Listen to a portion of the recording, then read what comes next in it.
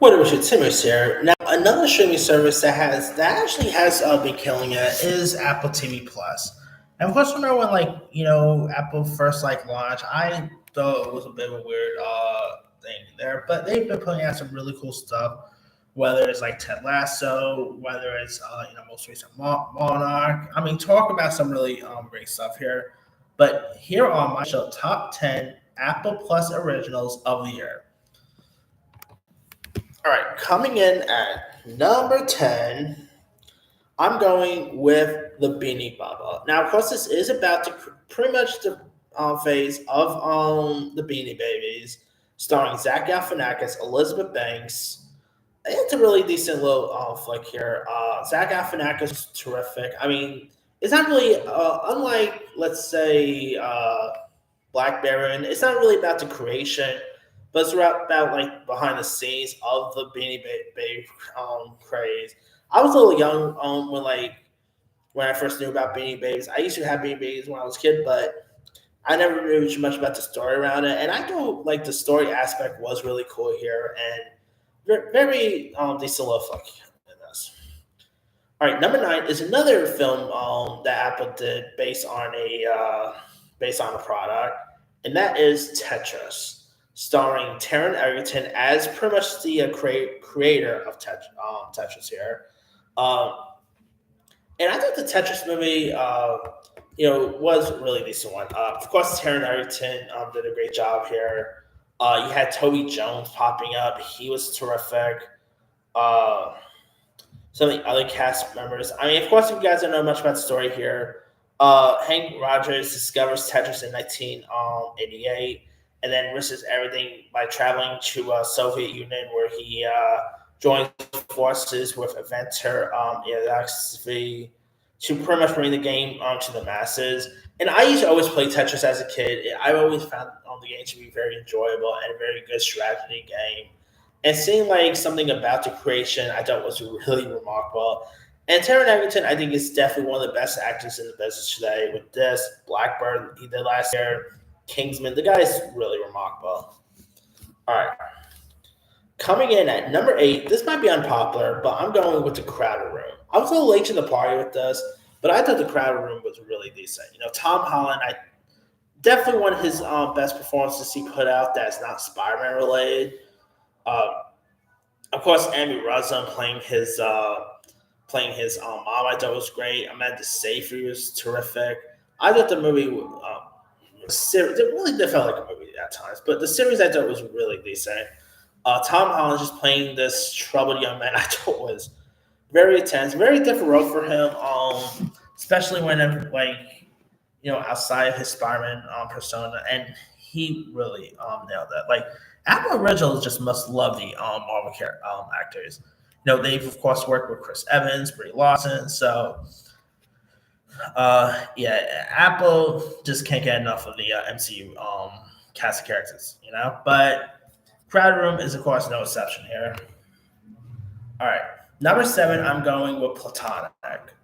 I really thought Platonic was a really nice little show. Seth Rogen, Rose Byrne, Luke McFarlane were really terrific.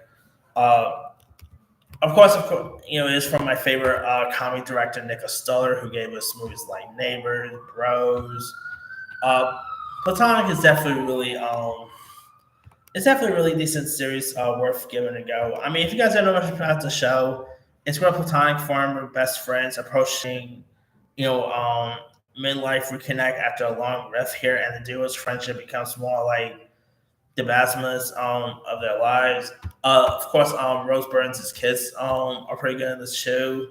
The chemistry between Seth Rogen and Rose Byrne is great. Obviously, we've seen them work together before in the Neighbors movies, and they have some really good chemistry there. So, really thankfully that it got new for season 2, so we're going to be getting more Platonic in the near future. So, yeah, Netflix, Apple does really great with these type of comedies.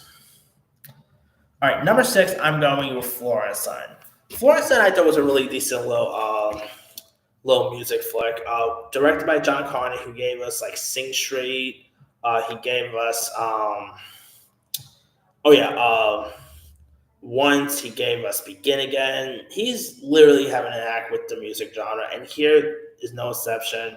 directed by Abe Hawson, who did a great job. Playing the lead here. Joseph Gordon-Levitt was great. Their chemistry, like even though they're not really, they're on like they have scenes together. But it's more like majority of the scenes is with Joseph Gordon-Levitt just on webcam. I'll talk to her. But when you see them actually interact in person together, it's more like through their imaginations, and I thought that was really cool. So, yeah, not a bad little flick here. All right, number 5, I'm going with Ted Lasso, the supposedly final season. I know this final season, they say it's supposedly final season, but I won't be surprised if we get a new season announced down the line. But I thought this final season of Ted Lasso was really cool. Sam Richardson popping up was great. Really, if this is, of course, officially the final, they did a great job at ending it. And yeah, now I was a little late to the party with Ted Lasso, but I think the show is really terrific. I mean, it'll even make you become a fan of soccer, So, yeah, and of course, Jason Sudeikis, the Nate character. Oh man, I really hate that Nate guy. Yeah, Greg Goldstein's great. Hannah Waddingham, Jim Temple, some really great supporting players. All right, number 4, I'm going with still a Michael J. Fox movie, which is, of course, a documentary about iconic actor Michael J. Fox. And this movie would definitely put you to tears. Seeing Michael J. Fox tell his story really was inspiring. I've always loved Michael J. Fox, going all the way back to the Feature, to Life for Mikey, Teen Wolf, Stuart Little. Who doesn't love Michael J. Fox? He's always remarkable. And here really,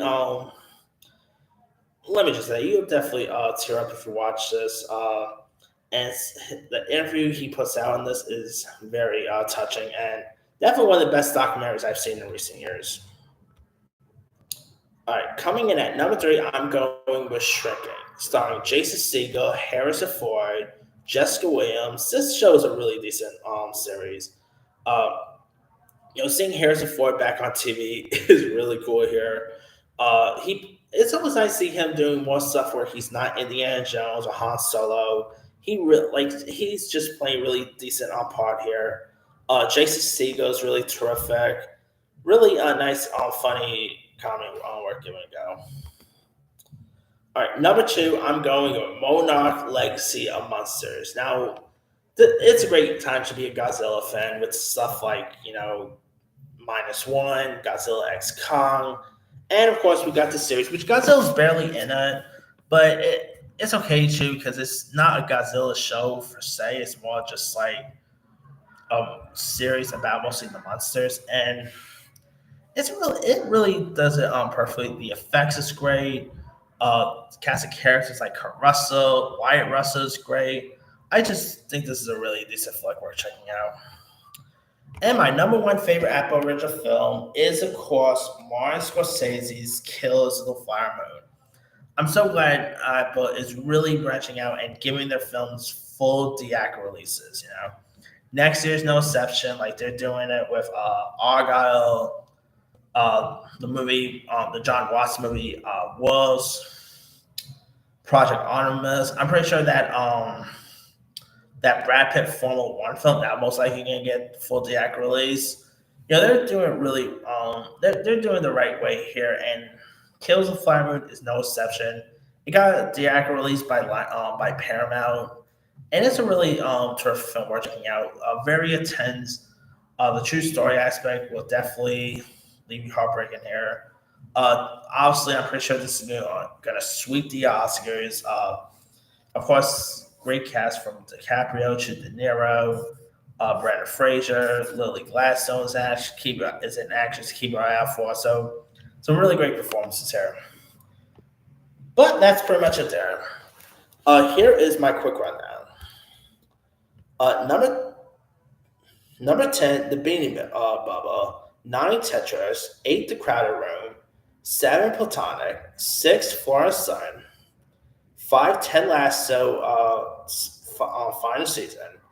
4, still a Michael J. Fox movie. 3, Shrinking. 2 Monarch Legacy of Monsters, and number 1 got Kills the Fire Moon. Now they've put out some other stuff I probably could have added too. Let's see what else we got here.